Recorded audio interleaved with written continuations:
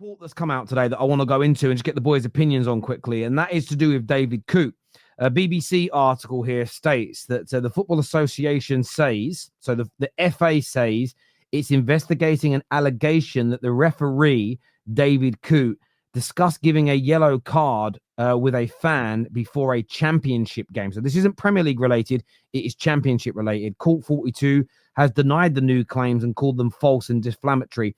The referee is under investigation by the FA and has just been suspended because of his conduct towards Liverpool and Jurgen Klopp.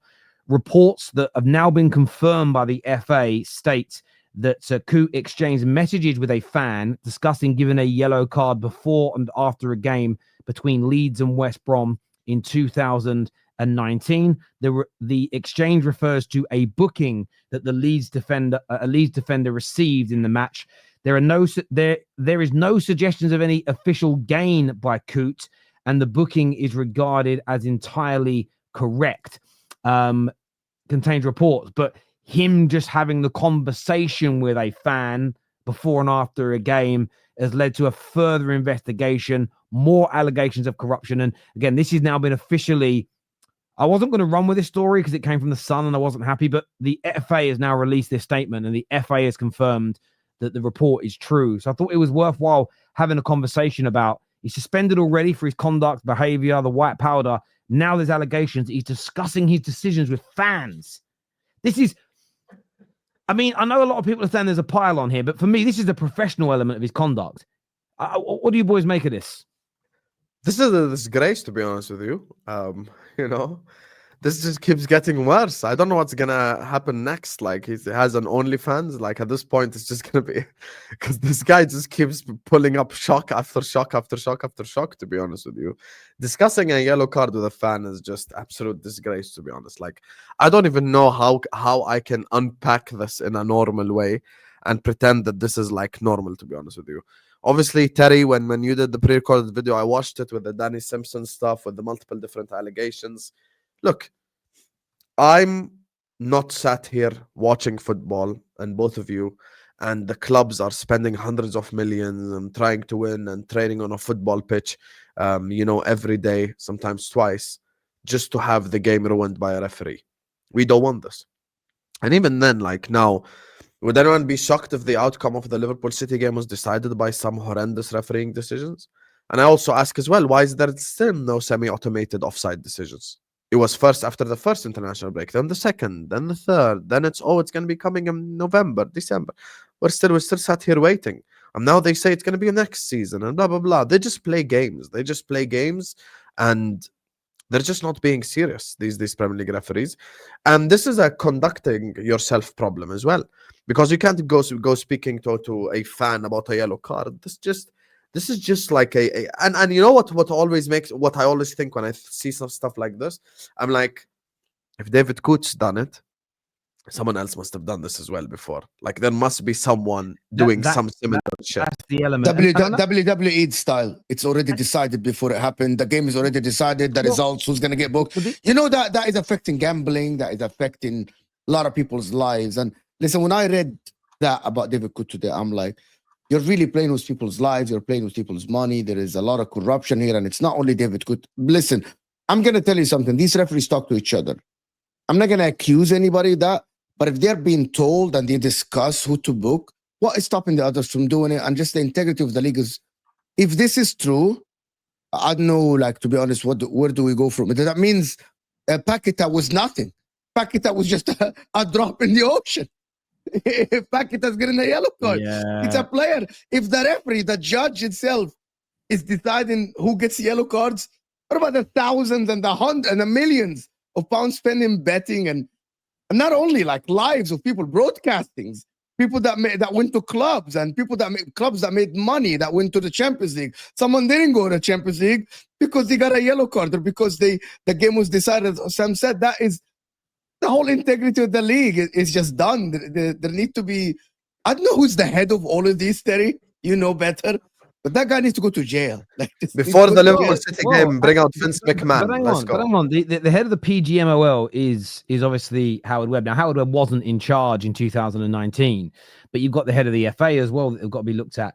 Now they are saying that there's nothing wrong with the yellow card. The yellow card is like it is a real foul and it warrants a yellow card. But we still need to know what these messages said, because again, imagine I'm a ref and I'm messaging Hassan before the game and I'm saying, "Oh, I'm refereeing a game with Man United at the weekend. I guarantee you Casemiro gets a booking." And then Casemiro gets booked, and I message Hassan after the game saying, "I told you he'd get booked in the game."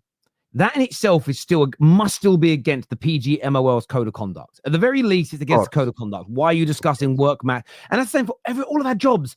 I can't just start talking to random people when I worked at Barclays, I couldn't go online and DM random people about what was going on internally at the bank. There were code of conducts that we all have, confidentiality elements that we have. Now, what I'm really intrigued to see is what was said. And it's going to be really easy to prove. The person making the allegation, if they've still got the messages, it's done, it's dusted, it's finished, it's over. Like the Sopranos, he ain't coming back. And I think for me, it does call into the integrity. Now, just because the yellow card was legal doesn't mean that there isn't corruption going on here. Because if it's a case of, right, this is maybe how they work it, so it doesn't look dodgy. If I say, boys, I know you two don't gamble because it's haram, but we'll do this for hypothetical reasons. Hypothetical reasons can't get you in trouble, can it, boys? No. Cool. Right, I'm just checking. I don't want to be disrespectful. I don't know the rules. So if I said, boys, look, I'm refereeing the game at the weekend, put money on Casemiro getting booked, because as soon as I get the opportunity to book him legitimately, I'll do it. And then you boys know, well, it's very likely Casemiro commits at least one foul that would warrant a yellow. And I know the referee is going to give it because he's told me. That way, everyone watching at home isn't going to think it's weird that he's got a yellow because it's a yellow card offense.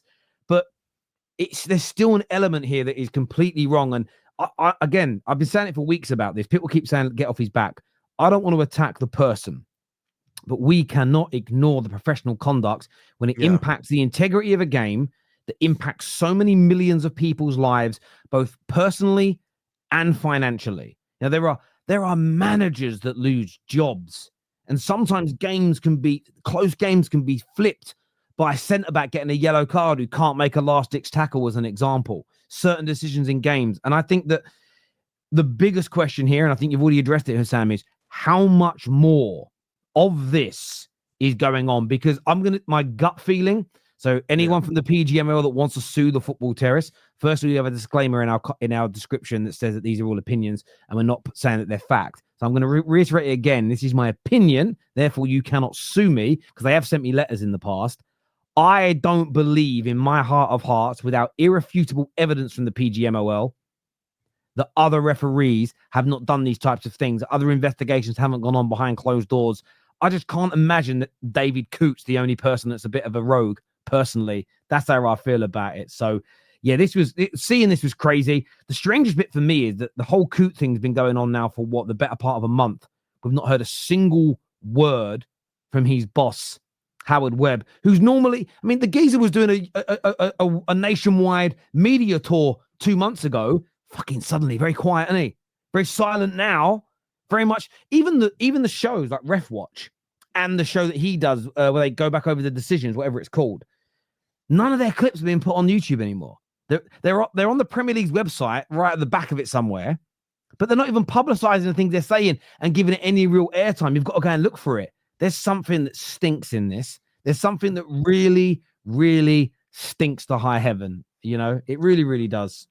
Yeah, and this is the thing. Like, I can't assume that it's just one guy that does all of this. I can't. I really can't. And I'm not even joking. Like, I'm not even conspiracizing. I think it's fairly objective to think that there must be more than one person doing this stupid shit right here. Because if someone does this, then it's not impossible that other people do similar stuff. I saw a video actually a week ago of Matt Letizia talking about one game they had against Wimbledon where like someone had a massive bet on of like that they're gonna get the first throw in or something like that, and the guy just hoofed it basically outside, and the guy won a lot of money and shared some of the money with him and blah blah blah. So like, listen, it's just the thing is today with social media and with phones and with stuff like that, it's very easy to prove a lot of things. You know, maybe 20 years ago, 30 years ago is a lot more difficult. My only issue is, look, David Coote is a Premier League referee as well. So he's supposed to like be the elite of the elite, you know, he's supposed to be the top level referee.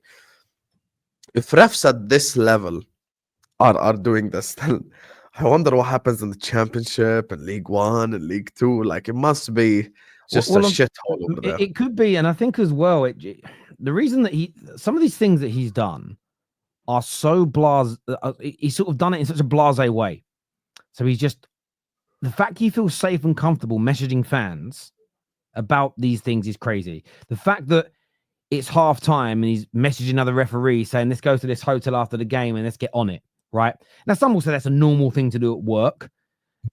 Maybe it is, maybe it isn't. But you're meant to be preparing for a game. You're doing something they don't have an office job where you're kind of sitting there and you can kind of mentally click in and out of what you're doing. You're preparing for a game. It's really intense. It's really fast. You should be focused. I think there's certain, if you're about to have surgery and you find out that the surgeon is like, sitting there on Tinder 10 minutes before he comes in, I'd have a bit of a problem. I feel like there's certain jobs in this world, right? And by the way, I think a surgeon is a much more serious job. There are certain jobs where I feel like you need to be concentrated, where you need to be really focused. But it's the blasé nature. And the blasé nature, I think, exists because there isn't enough checks and balances and discipline behind the scenes. That is, whenever you have weak leadership and people get away with misdemeanors and a little bit of misconduct here and there, slowly but surely it gets worse and worse. It's like children. All those naughty kids you see at, say, 10 years old, 15 years old, and they're absolute oiks. Some of them have got some real issues in their lives. Cool. The vast majority, from babies until that point, their parents haven't been disciplined enough with them. And over time, they get worse and worse and worse and worse, naughtier and naughtier and naughtier and naughtier. And I feel like that happens in the professional environment as well. And yeah, the PGMOL is an absolute fucking cesspool. It's a cesspool. It is, and it's proven as well last season by the Liverpool Spurs game. I just went to open new tab. Darren England and Dan Cook were VAR assistants and VAR that day. I'm pretty sure they still do some games even nowadays. So this is, look, if there is no punishment and there is no repercussions and there is no, all you do is just give me PGMOL apology every time you make a mistake, then referees will just get more and more comfortable. If I showed up to every single straight facts 30 minutes late and Terry doesn't speak to me or doesn't do anything, I'm just going to keep doing it because there is no repercussions. I'm just going to show up whenever the hell I want to show up. And this is the issue, to be honest with you. So look, I think this is just, as they say in English, the tip of the iceberg. I think there's probably a lot more hidden, a lot more that the people don't know about. And this just proves a lot of conspiracies and stuff. I mean, the Danny Simpson thing is very interesting for me. I'll tell you why. Because we might sit here as a neutrals and people are like, oh, we're happy Leicester won the league. And, they had that story. But how does a Spurs fan feel about that? Does a Spurs fan feel the same way? Does an Arsenal fan who finished second that season feel that way? What if that player that was supposed to be sent off maybe affected them for a 2-3 game losing streak and they ended up losing the league because he had a sending off? There's always extra stuff when you unpack certain statements, and it's just nasty, to be honest with you. And these Premier League referees are fraudulent. That's why when I said last season that Arsenal were on the same level at City and the penalty should have been given and the league should have ended with the same points, people said I'm crazy. When McAllister should have had the penalty and Man City should not have had that point, and it would have affected the league completely. And that decision was one of the weirdest decisions last season, and it affects the whole league. It affects Liverpool run, it affects City's run, it affects Arsenal run. And maybe if we scored the penalty, won the game 2-1, maybe we end up winning the league. Which is what some decisions are just strange, and you have no explanation. There is no explanation for that decision last season. There is nothing logical you can tell me why this was not given as a penalty when it has been given 20 times. As studs to the chest, there is no excuse for you not to give this penalty. Yeah. This here says, what Terrace fails to understand is any organization whom wanted to protect themselves, they would not be transparent, which then opens to people like yourself to be speculating. Well, I understand. Yeah, I do understand that they don't want to be transparent, but I think that they have such a powerful and important job within the world of sport and football that it should be transparent. And Rodri, by the way, you completely missed the point. You just made Terrence's point for him. because they should be more transparent. You fraud. Yes. That's the whole point of this conversation. Be more transparent. Tell us what's going on behind the scenes so we know and we don't speculate. The reason why I can sit up here and say it's only the tip of the iceberg is because I'm allowed to speculate, because there's no transparency. That's the thing. Yeah, I'm speculating because it feels off. It feels off. But if it was open and there was an independent commission and there's people that reviewed what was going on, and they would come out and say, look, David Coote's been going crazy, but the PGMOL does da-da-da-da-da-da-da-da, there's no evidence of anything else, then we'd all be able to sit there and go, well, okay, I feel better about the situation. But we don't know that.